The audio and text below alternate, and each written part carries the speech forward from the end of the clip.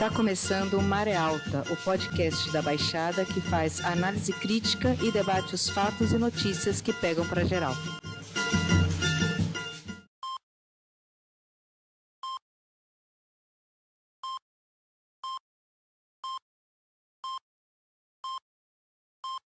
Boa noite para quem é de boa noite, bom dia para quem é de bom dia e boa sorte para quem é da madrugada.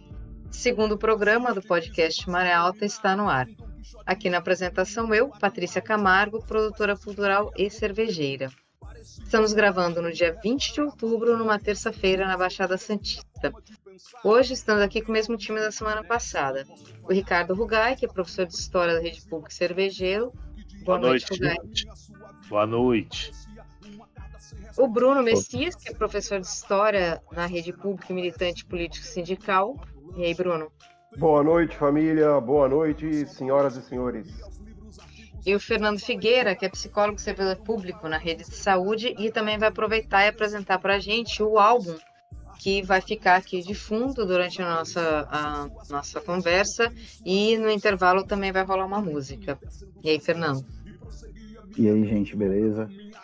Hoje a gente vai ouvir o álbum do GOG, Aviso às Gerações, um álbum sensacional e que ainda de quebra tem um sampler do Cassiano aí para encerrar.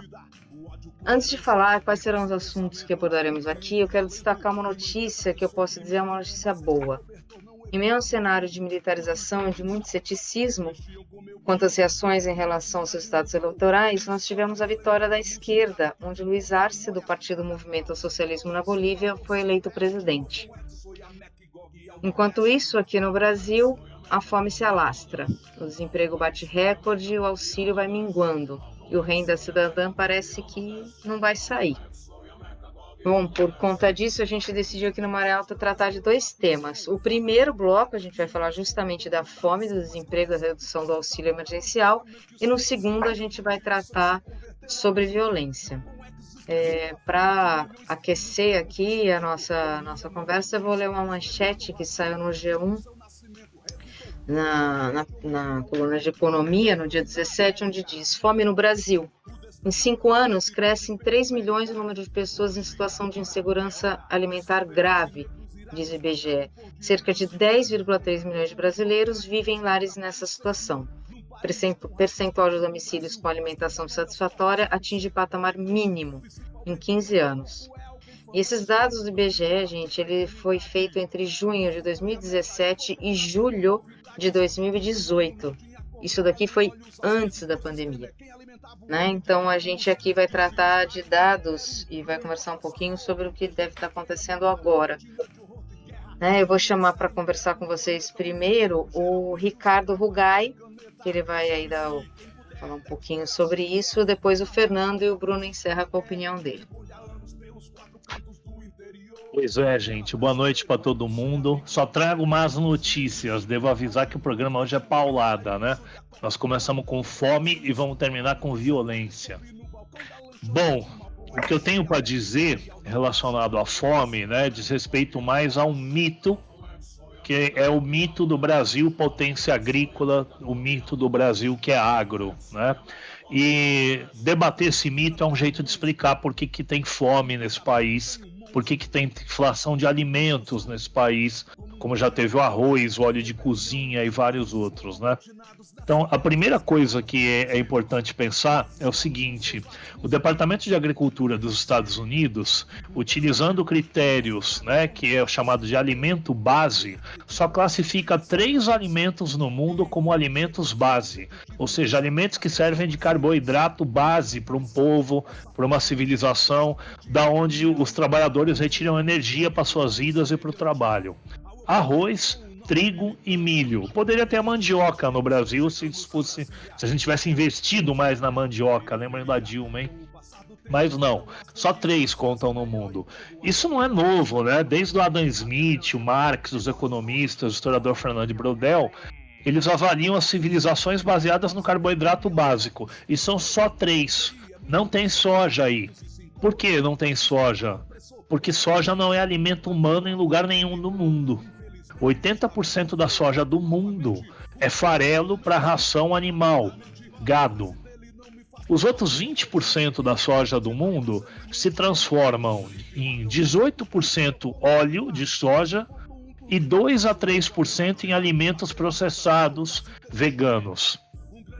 Esses 18%, então pelo menos 18% é alimento, então, porque é óleo de soja? Não. Dos 18% do óleo de soja, 90% é biocombustível. Então, quando a gente pega de 100% da soja do mundo, e no Brasil segue o mesmo critério, não mais que 5% da soja entra na alimentação humana como alimento ou como óleo. Tá? O restante é ração e contribuição aí para processado. O Brasil exporta 65% da soja que produz. A China, olha só a China, tão criticada pelo governo, compra 85%. Né?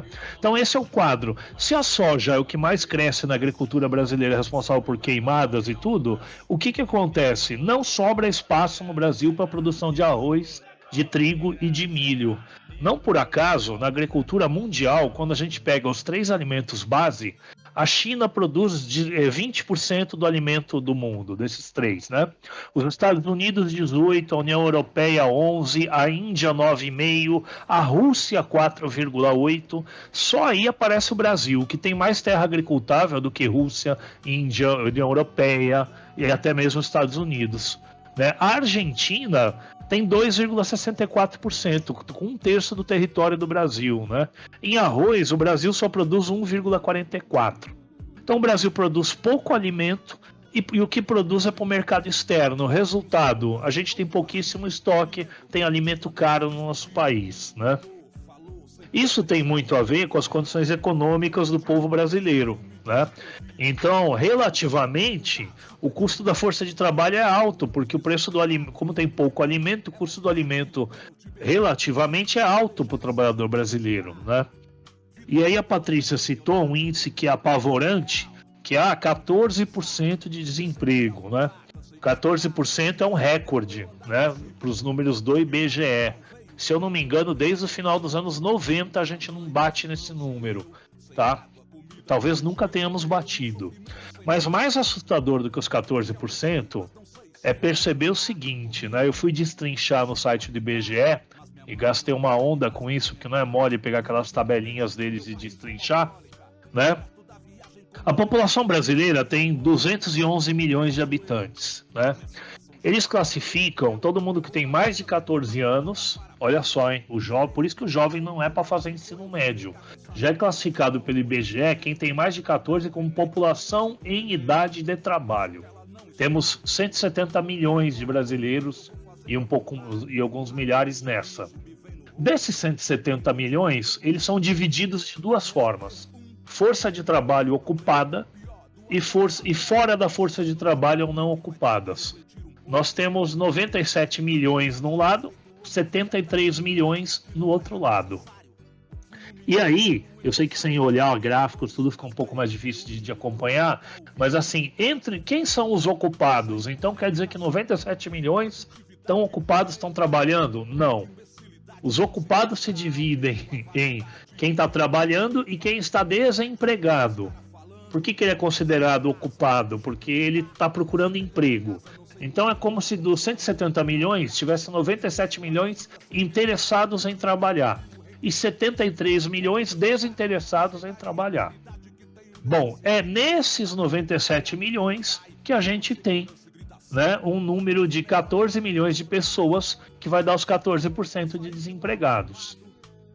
Não sei se estão me acompanhando, mas, peraí, cara, tem 73 milhões 390 mil pessoas não ocupadas no Brasil? Tem.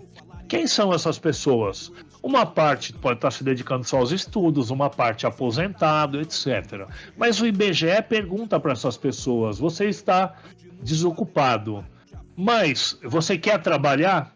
Sim. Dos 73 milhões, 25 milhões respondem que querem trabalhar, mas não procuraram emprego, ou por desalento, ou pela pandemia, ou porque não se sentem estimulados pelas perspectivas do mercado de trabalho. Se a gente somar, então, a turma ocupada, os desempregados, e essa turma que está fora das estatísticas do IBGE para efeitos de desemprego, o cenário muda radicalmente. a gente teria no Brasil 122 milhões e 600 mil pessoas interessadas em idade de trabalhar. 39 milhões e meio estão sem emprego. 39 milhões e meio. É 32,27%. Só 14 milhões aparecem na estatística oficial do IBGE. 25 milhões não estão nessa estatística. Então, na prática, a gente tem assim, de cada 3 brasileiros com condições e necessidade e vontade de trabalhar, só 2 conseguem trabalhar. 1 não consegue trabalhar. Para piorar, desses que conseguem trabalhar, a gente está contando o intermitente, o temporário, o cara que faz um bico uma vez por semana, tá? Não é que tá todo mundo com carteirinha de trabalho, não. Dessa turma toda, vou me estender um pouquinho mais aqui no dado. Formalizados no Brasil, você só tem 54 milhões. Não é nem metade do total de pessoas que desejam trabalhar, tá? A gente tem 28 milhões e 400 mil informais no Brasil, né? Eu sei que eu estou trazendo muitos números, né? Mas o último número que é importante, porque ele vai se ligar muito com a questão da violência, do crime organizado e da perspectiva da nossa juventude. A turma de 14 a 17 anos, 42,7% não tem emprego. Isso são números oficiais, né? Ou seja, tende a ser maior ainda. Entre os jovens de 18 a 24, esse sim a gente já poderia considerar terminou o ensino médio ou não terminou, mas já está na idade de trabalho, 26,26%, né, segundo o IBGE oficial, está desempregado. Se a gente considerar essa proporção quase o dobro, a gente tem metade da nossa juventude desempregada, ou mais da metade, né? Bom, esses números aí são importantes para a gente dimensionar direito a coisa. Em vez dos 14% alardeados pelo IBGE, eu diria que a gente tem quase 33% da nossa população desempregada. Para que serve esse desemprego? O desemprego é ruim? Depende para quem. Para as pessoas ele pode ser ruim. Para os empresários ele é ótimo. Eu vou colocar uma lembrança aqui de 2014, quando eu estava na eleição da Dilma com o Aécio. O Armínio Fraga, que é o ministro da Economia do Aécio Neves, numa palestra ele deu uma declaração desastrada dizendo que o Brasil precisava de um certo arroxo e de um certo nível de desemprego, porque os empresários já estavam ficando desesperados. Veio o golpe em 2016 e um dos objetivos foi chegar aonde nós estamos hoje, né? Fome e desemprego são funcionais para o capital. Fome e desemprego são necessários, principalmente num país como o Brasil, para que o patrão possa baixar os nossos salários da maneira mais aviltante possível e tente, porque não é certeza que ele vai conseguir obter lucro e se manter vivo, né? Eu inflei muitos números aqui, mas eu vou ficando por aqui com esse número de que 2 pessoas trabalham, uma não trabalha. 1/3 da nossa força de trabalho está desempregada. Essa é a realidade do Brasil. Só não aparece mais porque o auxílio ainda existe, embora esteja minguando. Bom, acho que o Rugai traz um conjunto de dados e talvez talvez não, né? As nossas falas vão aí se encontrar em algum momento. No entanto, a minha perspectiva enfim, os aspectos que eu pensei em relevar são outros e não especificamente sobre a fome, ainda que eu ache que eles também se aproximem disso, né? Eu vou relevar então aqui alguns aspectos que eu vou chamar de aspectos psicossociais, né, do desemprego, e acho que esses aspectos também podem ser pensados, né, ou podem colaborar para a gente pensar um pouco dos impactos provocados pela fome, pela exclusão e humilhação social, né? E vale só dizer uma coisa, né, porque isso não é uma forma de minimizar ou tentar psicologizar, né, esses processos, mas é uma maneira de trazer alguns elementos que podem ajudar a gente, inclusive, a entender um pouco mais a configuração, a formação aí do nosso cenário político, né? Acho que a primeira coisa quando a gente está falando de trabalho, emprego, desemprego, e isso numa relação muito direta com a fome, né, afinal de contas, a gente está falando de capitalismo num país periférico e que isso implica outros dois processos importantes e que a fala, né, do Armínio Fraga que o Rugai traz, acho que nos mostra isso, né? O primeiro processo é, de fato, a gente compreender que o trabalho implica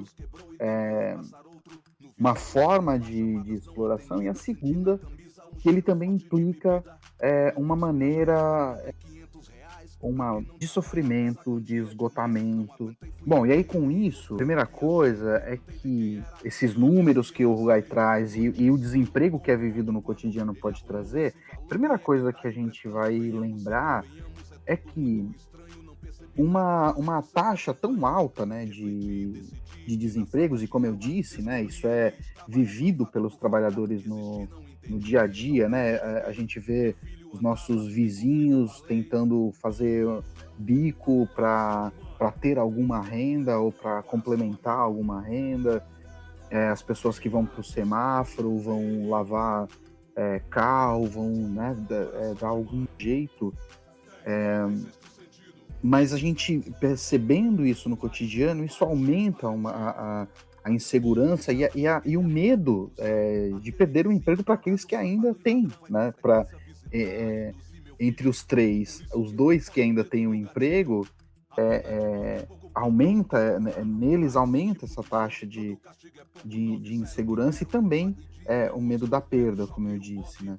O que significa, muitas vezes, que esses dois trabalhadores que o Rugai traz vão, muitas vezes, né, aceitar condições cada vez mais precárias de trabalho, né? E se Marx continuar certo, né, vale a gente lembrar que para o mercado, né, para o capitalismo, há a necessidade de manter uma parcela da população no desemprego. O Armínio Fraga, aí no que o Rugai traz, comete quase um ato falho ali para dizer isso, né? E essa necessidade, né, de manter uma população em desemprego não é só porque isso provoca é quase uma experiência de viver uma sombra infernal, assim, né, da ameaça de ser substituído e da perda do emprego, mas também para que uma mão de obra seja utilizada, né, em momentos precisos aí de pico produtivo, mas como o Rugai também disse, isso tem um impacto no próprio salário, né, na manutenção dos salários baixos. Eu queria trazer um outro aspecto ainda em relação a isso, que me parece que também faz bastante sentido, né, que é um aspecto que o Achille Mbembe, filósofo, traz isso, e que parece que a gente também tem intensificado aí um processo de uma certa política de morte, né, contra uma parte dos indivíduos que já não alcançam requisitos mínimos, né, de aceitação, ainda que eles possam compor aquele conjunto de trabalhadores que vão servir como sinalizador ali para manutenção do salário baixo. Você ainda tem uma parcela desses que pode ser, segundo lá o Mbembe, ser descartada, ser literalmente morta ou encarcerada, né? Esse ponto é um ponto importante porque a gente vai discutir no segundo bloco a questão da violência, né? E aí a gente vai vendo, inclusive, como esses temas vão se cruzando, né? Mas a própria noção, né, de que eu falei no começo, né, de humilhação, esse processo, né, de humilhação social, que rompe com os laços sociais e familiares, implica, eu acho que uma questão fundamental e que também está ligada a esses processos, né? A humilhação social não só afasta o trabalhador de sua humanidade, né, porque o coloca no lugar de invisibilidade, né, mas no lugar também de coisa, né, de objeto. Vocês devem lembrar, há alguns anos, já não tenho a data exata, mas de uma pesquisa que ficou bastante famosa, né? Feita lá no Instituto de Psicologia da USP, se não me falha a memória, que era sobre a experiência dos garis, né? A experiência de invisibilidade dos garis. Então, um pesquisador se vestiu de gari durante alguns anos e ele percebia o quanto esses trabalhadores eram ignorados ou simplesmente assumiam essa posição de invisibilidade, né? Isso que o Rugai chama, aliás, agora eu não sei se o Rugai chama, mas isso também aparece nas estatísticas, né? Que é o trabalhador em desalento, né? Que é aquele trabalhador que vive um período longo de desemprego até chegar um momento em que ele desiste de procurar, né?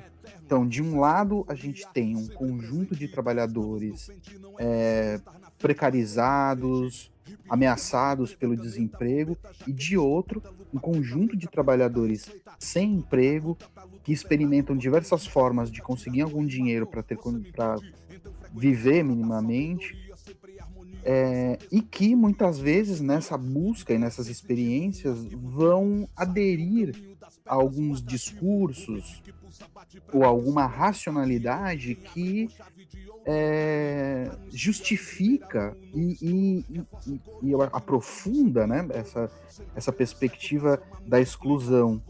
Essa história que a gente começou a viver de um tempo para cá, da meritocracia, né, que vai aí reduzir o problema do desemprego a uma falta ou a um tipo de incompetência dos trabalhadores, né? E aí, nessa medida, é como se o trabalho tivesse deslocado de tudo e se reduzisse somente a características dos indivíduos, né?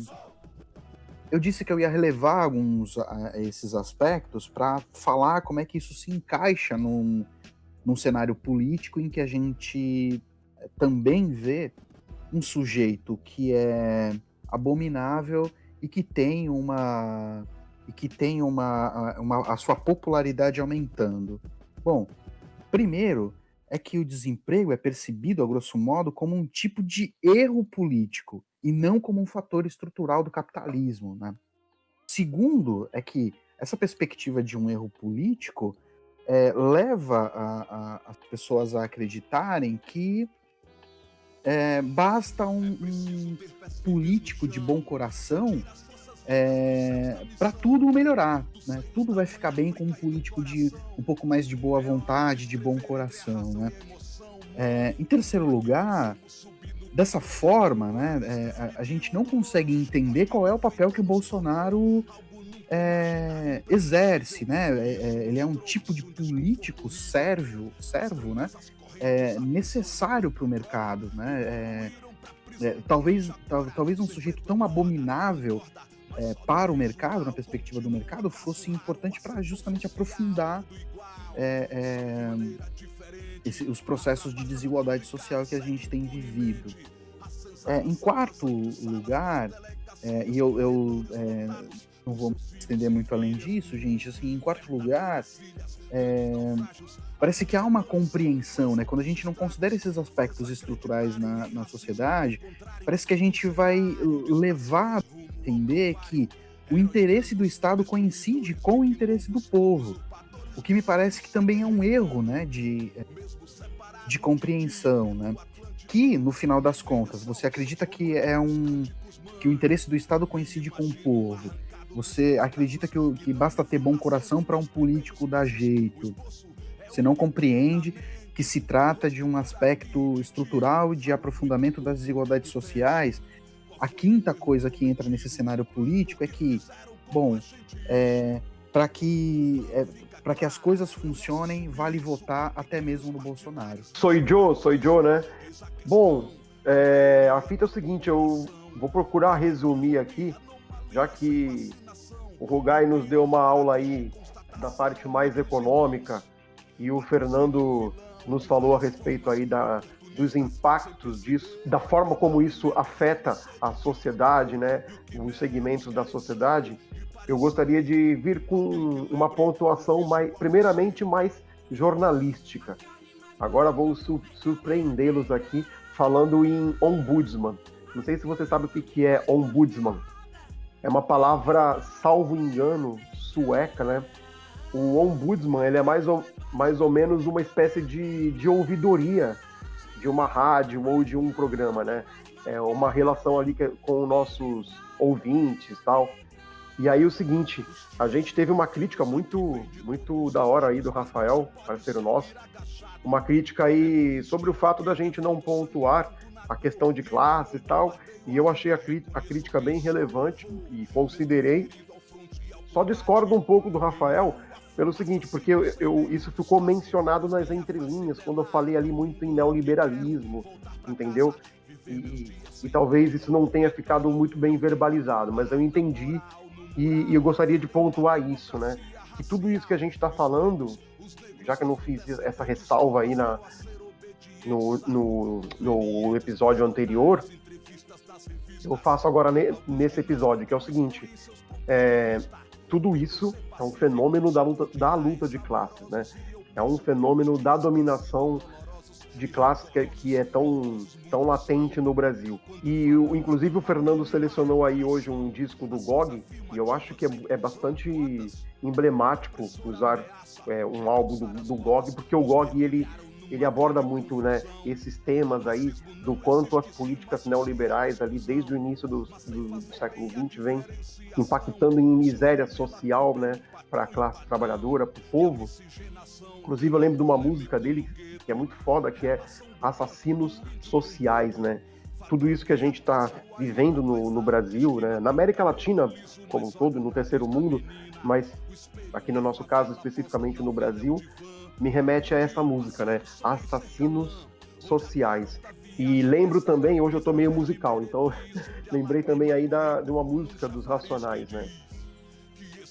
Que fala, muita pobreza, estoura a violência. O nosso próximo tema é a violência. E aí eu gostaria de meio que fazer uma ponte, né, pro próximo. Eu gostaria de fazer uma ponte aí para a próxima pauta e só relembrar o seguinte, uma questão aqui até pessoal, andando pelo centro aí de São Vicente, a gente percebe isso, né, que esses números já estão sendo sentidos no dia a dia. O Fernando falou muito sobre essa questão dos impactos sociais disso, da desordem social que isso gera e tudo mais, e isso a gente vem sentindo no dia a dia, né? Eu ando pelo centro de São Vicente, velho. Andando pelo centro de São Vicente à noite. Se vocês passarem pelo centro de São Vicente das 7 e das 8 em diante, a gente tem um grande número de desabrigados, né, de moradores de rua, dormindo ali amontoados, né? A degradação dos espaços públicos, a degradação humana, né? Enfim, a degradação de todo o tecido social é um bagulho assim. É um bagulho assim que esses números nos apontam uma realidade que, infelizmente, é cada dia mais perceptível, né? E para finalizar, desculpa aí me estender também, eu sei que a gente acabou todo mundo se estendendo, mas só para finalizar, lembrando que hoje eu estou aí na pegada musical, eu lembro também de uma música do Cólera, né? Eu lembro de duas músicas do Cólera aí, até para fazer a ponte já. Primeiro, aquela música Não Fome, né?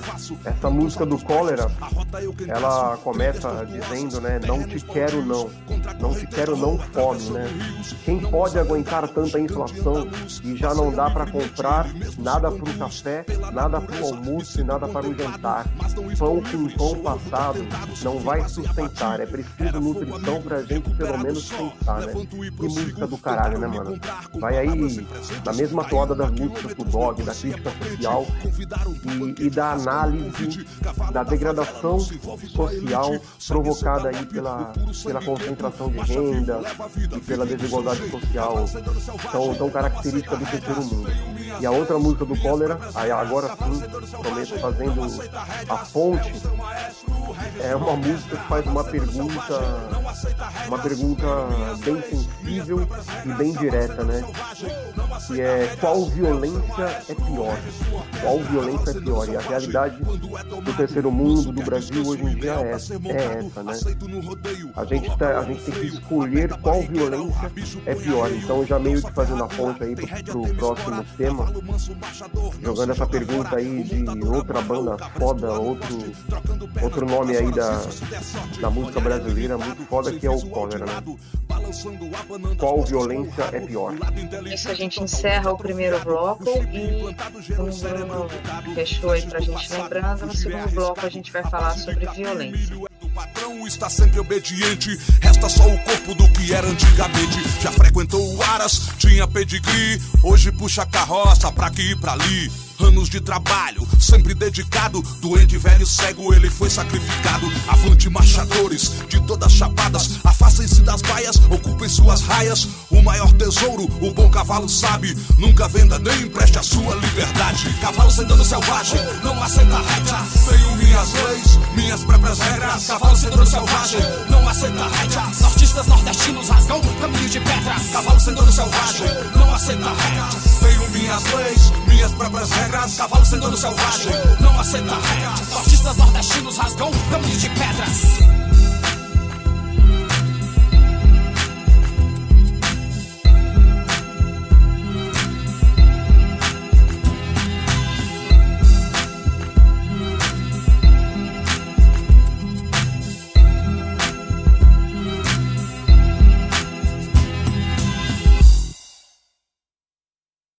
Estamos de volta e vamos falar então sobre violência. Lançado sob o contexto da pandemia da Covid-19, a 14ª edição do Anuário Brasileiro de Segurança Pública mostra mais uma vez dados que a gente já conhece há muito tempo e eles só vêm afirmar, né? São 3 manchetes do UOL dessa semana. Após queda em 2019, mortes violentas sobem 7% em semestre com pandemia. Negros são 8 de cada 10 mortos pela polícia no Brasil, aponta relatório. País tem estupro a cada 8 minutos, diz o Anuário de Segurança Pública. Então a gente agora começa essa conversa, né?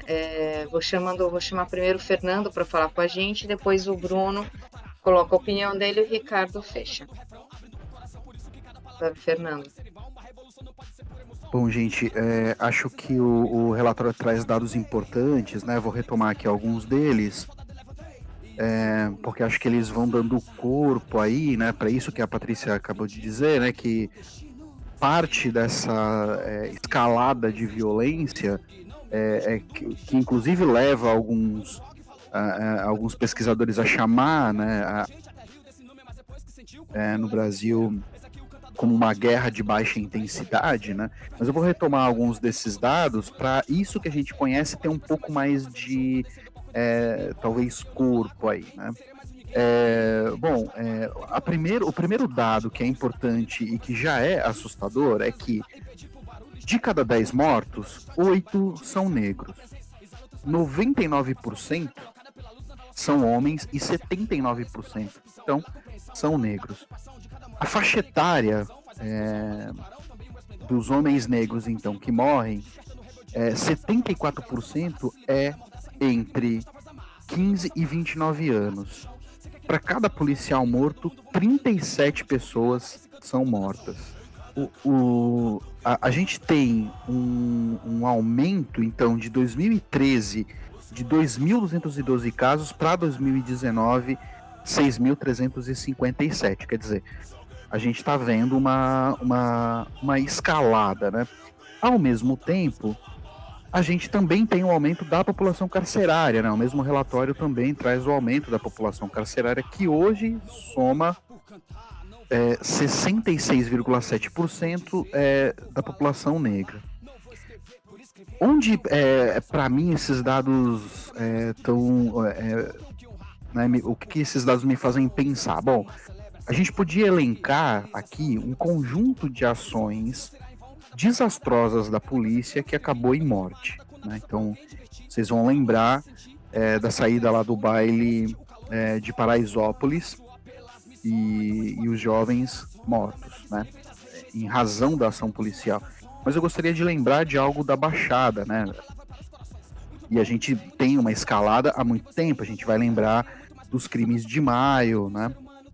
É importante fazer uma nota da luta contínua, né, das Mães de Maio na Baixada, e essa luta vai se espalhando aí pelo país.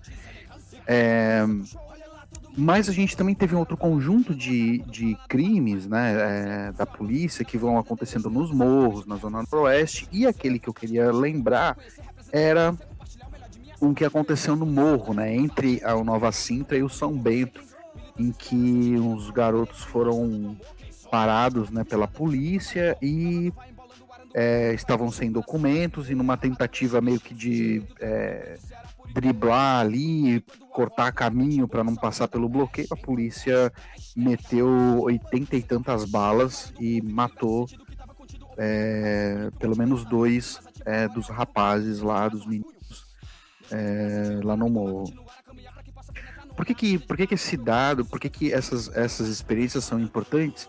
Porque elas acabam gerando uma certa polêmica e uma certa defesa, um tipo de justiçamento feito pelo Estado que escapa de qualquer normativa, de qualquer regulamentação, de qualquer ação legal do próprio Estado, né? Então, o Estado age com o mesmo tipo de violência que o criminoso comum, vou usar, né, esse termo, que o criminoso comum vai agir. E de repente nos vemos defendendo a ação do Estado pelas normativas, né, nos vemos defendendo os direitos humanos em um país que direitos humanos ganhou um sentido para uma boa parte da população de uma defesa aos bandidos, aos criminosos. Quer dizer, de um lado, a gente tem parte da população que enxerga no justiçamento algum tipo de compensação, né? Que enxerga, a gente estava falando dos desempregados, dos precarizados, daqueles que não têm nenhuma renda mínima para sobreviver, o quanto esse tensionamento também no tecido social vai fazendo que parte da população brasileira tenha uma aderência a um discurso cada vez mais radical de violência, né, de intensificação da violência. A gente vai lembrar, só para terminar, um exemplo dessa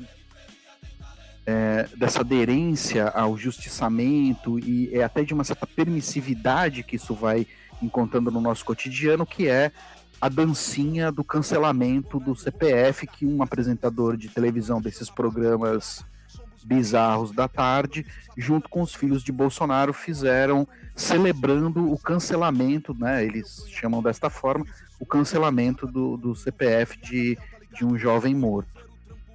De fato, parece que a gente tem muita coisa para pensar ainda, e não só pensar, mas construir ações em torno do problema da violência. E aí, então, bom, eu vou ser bem breve aí na minha fala. É o seguinte, eu percebo que esse levantamento aí, assim como o estudo apontado pelo Anuário da Fome, ele escancara, né, uma série de realidades do país aí, que a gente já percebe no dia a dia, mas que ao mesmo tempo a direita tenta contestar, né? O primeiro deles eu acredito que seja aí o que o Fernando bem pontuou, que é o racismo, né? Acho que fica muito evidente o quanto o racismo está nas estruturas, né? E por isso justificar o termo de racismo estrutural, né? Porque esses dados escancaram isso, que o Brasil tem um racismo, tem uma herança escravocrata ainda muito latente. Dentre outras problemáticas aí de violência em que o negro é a principal vítima, né, fatal das mais diversas formas de violência. Bom, o Brasil é um país racista, né, que extermina sua juventude preta e pobre. Eu acho que isso fica sacramentado aí nesse estudo.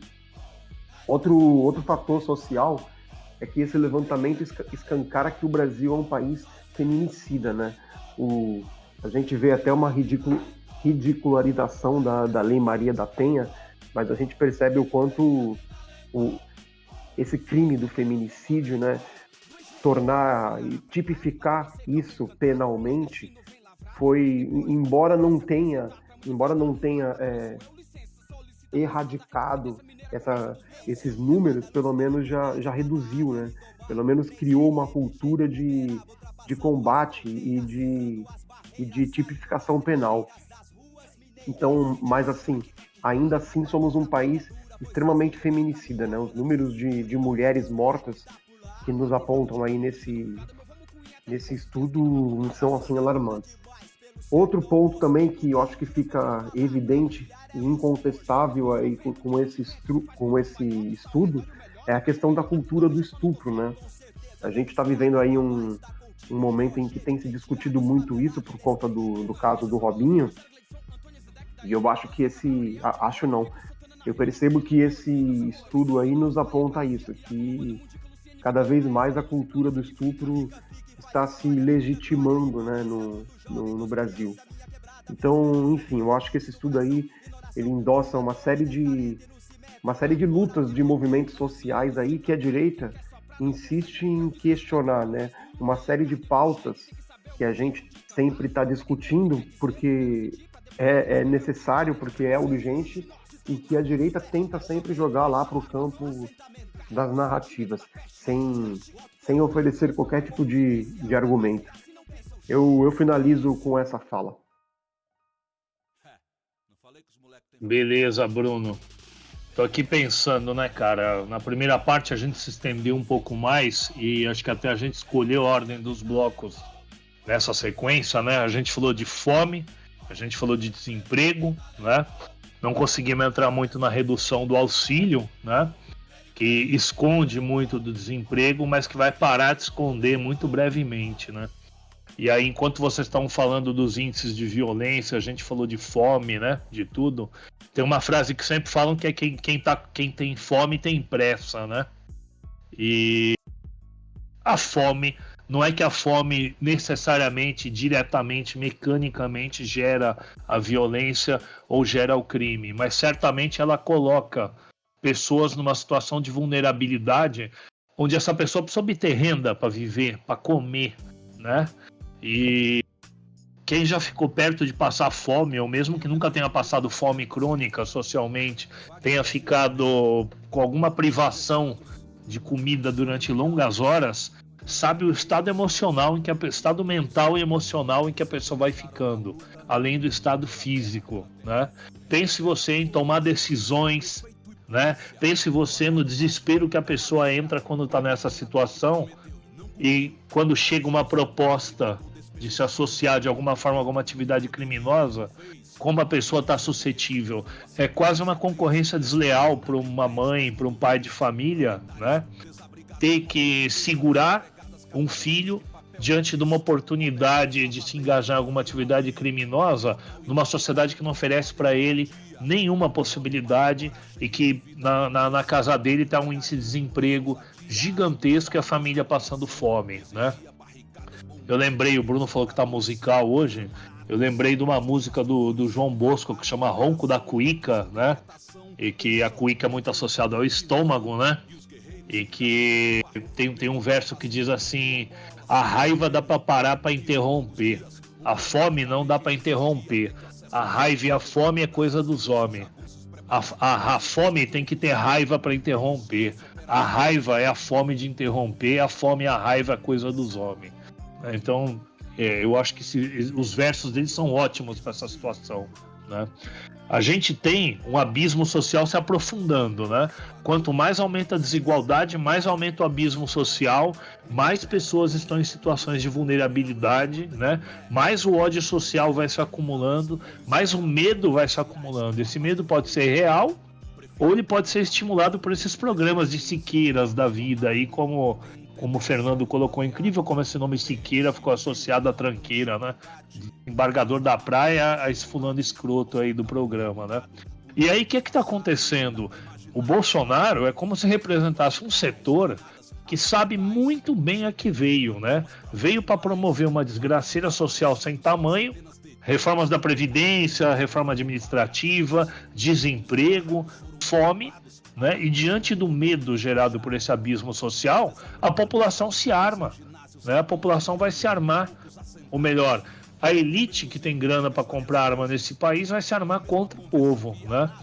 Eu não vou entrar muito aqui em números, que eu já entrei demais aqui no primeiro bloco, mas só para vocês terem uma ideia, em 2009 se vendiam 15 mil armas nesse país.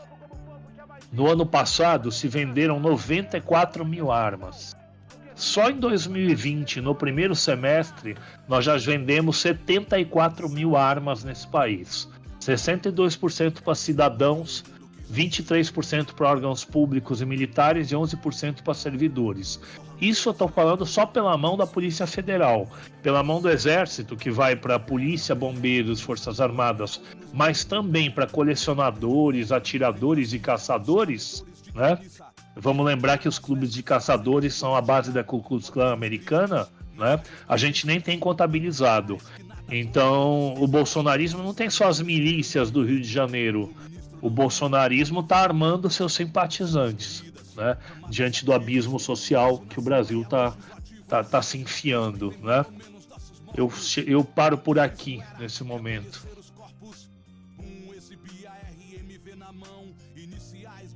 Bom, vou trazer acho que dois aspectos aí, acho que na verdade duas lembranças, né? O primeiro é que saiu essa semana, muita gente replicou uma coisa meio bobagem, assim, o que é ser de esquerda, enfim, uma coisa eu considero até meio boba, assim, mas trazia algumas coisas, né, como, por exemplo, ser de esquerda não significa ser contra o capitalismo, e por aí ia um conjunto de coisas. Na verdade, eu não quero nem entrar na discussão disso, que, como eu falei, acho que é uma bobagem, mas é curioso, né, a gente pensar que mesmo nessas bobagens, o que está fora da discussão é justamente isso, né, que o Bruno trouxe, acho que todos nós de alguma maneira falamos, dos fatores, né, que vão organizando a sociedade, né, dos fatores que vão se colocando como fatores estruturais para a sociedade capitalista existir. A violência é uma delas, né, isso desde a violência colonial, né. Uma segunda coisa que eu gostaria de lembrar, colocar para conversa, é que assim, é interessante quando a gente está falando, né, de como isso vai se articulando no tecido social. Agora essa última fala aí do Rugai, né, de como esses caras vão se organizando, né, em torno do que eles têm como projeto de sociedade, porque me parece que eles têm um projeto de sociedade bastante evidente para eles, né, e que também fica cada vez mais evidente para nós, e que uma parte aí das pessoas acaba chamando isso de desgoverno, né.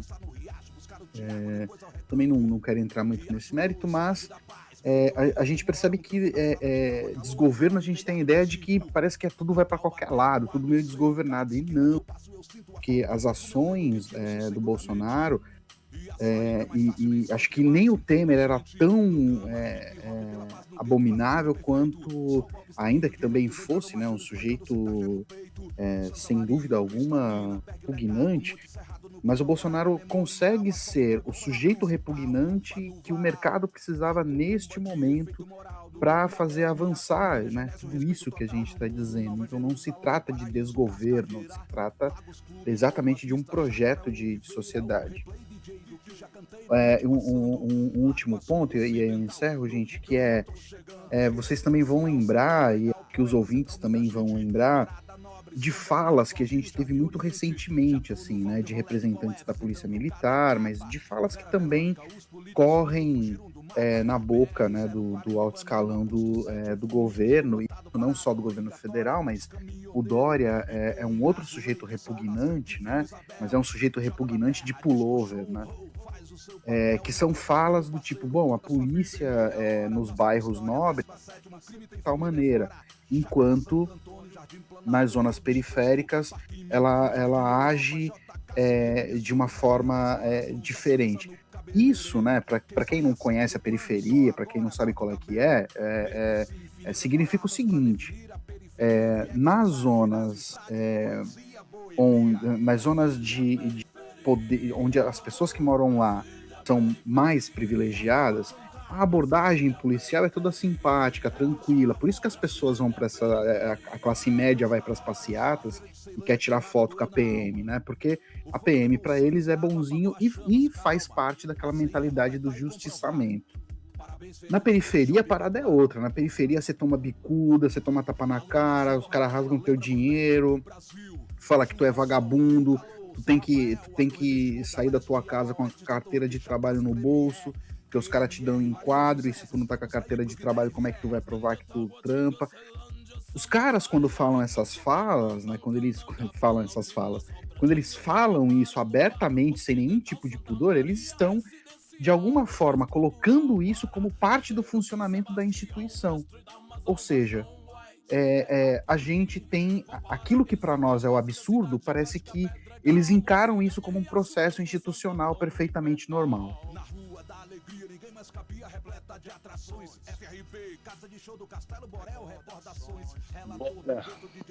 Só para complementar, né, Fernando, essa normalização aí, né, as pessoas acham que o Estado só funciona quando ele funciona para o bem, né? Não conhece a natureza do Estado nem para que ele serve. O funcionamento do Estado está, inclusive, quando o Estado decide se retirar de certas áreas, autorizar certas práticas, né, estimular outras práticas. O Estado não age só quando ele próprio realiza as ações, mas quando ele direciona as ações, né, ou quando ele permite, ou quando ele se omite, né, tudo isso faz parte da atividade do Estado, né, e quando o Estado decide deliberadamente facilitar a disseminação das armas no Brasil, né, ele está agindo nem que seja para formar uma milícia paramilitar. Só para vocês terem ideia, de cada 100 pedidos de registro de armas, 99 foram aprovados esse ano, né? A gente tem, de cada 18 armas registradas, apenas um porte para rua, 17 são para posse, né? E a pessoa pode comprar agora centenas de munições por mês. Só para vocês terem uma ideia, a Glock, que é austríaca e vende armas para o Brasil, aumentou em 377% as exportações de arma para o Brasil. No ano passado, se gastou 3 milhões e 100 mil dólares 3 milhões e 100 em armas da Glock. Esse ano, 14,8 milhões. E o ano ainda não está perto do fim, hein? Ou melhor, ainda falta alguns meses para acabar esse ano. Então tudo isso são ações de Estado. Juntando com a coisa da Bolívia, que foi citada no começo, né, é interessante lembrar, porque muita gente agora vai falar o seguinte: o povo boliviano pacificamente, pelas urnas, derrotou o golpe. Isso é uma falácia, né? O povo boliviano só conseguiu fazer eleições porque demonstrou uma disposição de luta e de mobilização, inclusive com muitos enfrentamentos violentos, né, em que as cholas bolivianas vão sacudindo pedra para cima da polícia, né? Só essa disposição de enfrentamento é que fez com que houvesse recuo da direita e as eleições fossem realizadas, né? Então, pegando nessa definição aí do que é esquerda e direita, essa esquerda desdentada, essa esquerda banguela, essa esquerda que não assusta ninguém, essa esquerda paz e amor, né? Essa esquerda é que faz com que abra esse caminho para o atropelamento golpista e fascista que está em marcha no Brasil. Nós estamos lidando com um tipo de gente que só entende uma coisa, né, que só entende uma demonstração de força. Eu não estou falando de luta armada aqui, mas eu estou falando pelo menos uma disposição de enfrentamento de rua por parte dos movimentos sociais. E encerro por aqui. É chegada a hora do nosso terceiro e último bloco, onde a gente manda ver com o esculacho do Plínio Marcos. Eu nunca fiz nada para agradar as pessoas. Porque nossa caixa deve ser porque todo mundo mete a mão, né? Não vou te dar uma porrada porque tu é doente, mas vou espalhar para todo mundo que tu sarou. Já que a voz do injustiçado não é ouvida, eles têm direito à cólera, à ira. O Plínio Marcos como vocês sabem, foi palhaço, dramaturgo rebelde, uma cria legítima da Baixada Santista. E eu vou começar com o esculacho da semana, porque a gente ainda está com o assunto do Robinho engasgado na garganta, e eu queria deixar registrado aqui o meu esculacho para a mídia em geral, que deixou passar em branco, neste momento, o fato do técnico Cuca, que atualmente é o treinador do Santos, mas que já foi treinador de outros times, que defendeu o Robinho, foi condenado por estupro quando jogava no Grêmio. O caso aconteceu na Suíça há 33 anos, durante uma excursão do Grêmio pela Europa, em julho de 1987. Então, não sei, talvez pelo fato de ter sido num outro momento, numa outra época em que a discussão não acontecia, ninguém falou nada, mas agora a mídia não podia ter deixado passar em branco. Meu esculacho vai para essa situação.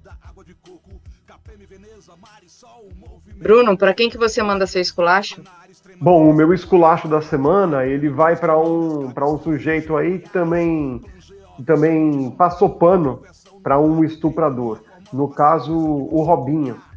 Né? A gente teve, assim como a gente teve a mídia passando um pano aí para a situação do Cuca, a gente também teve recentemente aí alguns sujeitos aí da mídia esportiva passando pano pro Robinho. E quem fez isso aí da forma mais bizarra possível foi o coxinha Caio Ribeiro, o articulista de futebol da Globo aí, que vive falando merda. Não entende nada de futebol, menos ainda de sociedade e política. Meu esculacho, então, vai pro passa pano pra Jack, Caio Ribeiro. Bom, gente, o meu esculacho é difícil de decidir, mas o meu esculacho vai para um cara que foi pro espaço, plantou feijão, e que hoje em dia, além de ocupar uma função, né, no Ministério que cuida da ciência e tecnologia, ele também vende travesseiros da NASA. Mas não achem que travesseiro é da NASA, agência americana lá, não. É uma NASA que é meio fake, eu não vou lembrar agora o que significa, mas a gente põe depois nos comentários. Não é a NASA, lá é um fábrica aí de travesseiros, mas o cara foi plantar feijão, hoje vende travesseiro e ocupa lá uma cadeira que cuida de ciência e tecnologia, e que ontem, eu já não lembro se foi exatamente ontem, gente, mas que essa semana o governo lançou um relatório falando sobre a cloroquina e sobre o uso de vermífugo como forma de tratamento da Covid.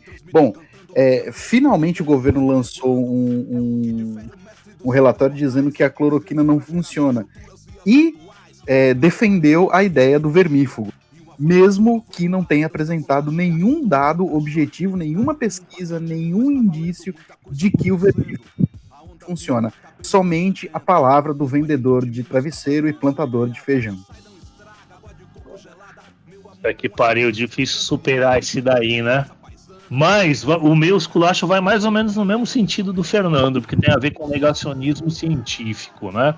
A deputada Carla Zambelli e o deputado Luiz Felipe Orleans de Bragança, sim, o nosso príncipe herdeiro.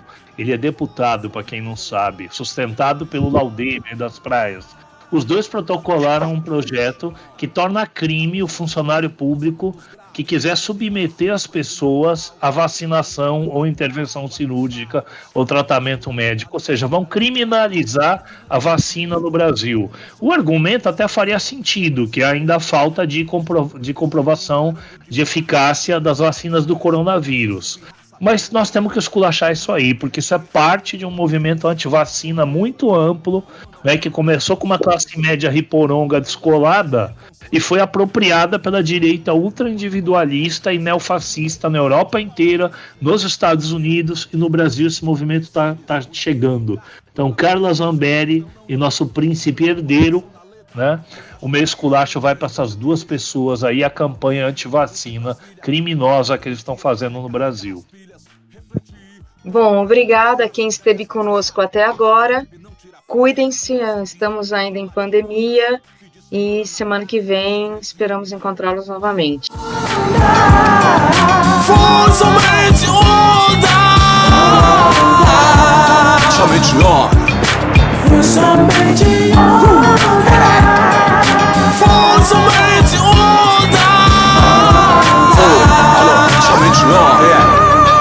Fala, moleque. Fala, GP. Tô subindo tudo certo. E você, dona Leandra? E as alianças? Você já marcou, desmarcou, tá fugindo. Eu e dona Rogéria seremos padrinhos. Queria ir cedo, mas criança não é brinquedo. Vou ter que passar antes no pesqueiro. Você tá ligado, né, parceiro? Família é melhor que contar dinheiro. Saindo daí, vou passar em Sumaré, direto sabe, né? Pro Nações, conversar com o Heré. Dona Kate tá melhor, tô sabendo. Saúde, dona Kate. Por lá o caldeirão tá fervendo. O realista fazendo celebrações e eventos. Nini Crônica também vai dar casamento. Se liga, os Bira, Jéssica, Vanessa, Dona Cida, seu Carlos. Vai ter feijoada, vamos dessa chegado. Depois direto pro DF e ensaiar o dia todo. O disco do Rapadura já tá no forno. A só balanço e a pata de monstro. Vão promover em breve um grande encontro. Mas meu preto, tô indo, deixa eu desligar. Olá, desculpa aí, irmão, vou ter que ir pescar. Quarta é na Coperifa, avisa o Sérgio e a Negona. Fim de semana na praia, foi somente onda.